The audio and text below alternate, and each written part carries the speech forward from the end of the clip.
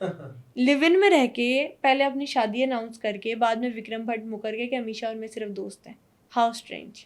और अमीषा पटेल को ये बात काफ़ी ज़्यादा हर्ट की थी.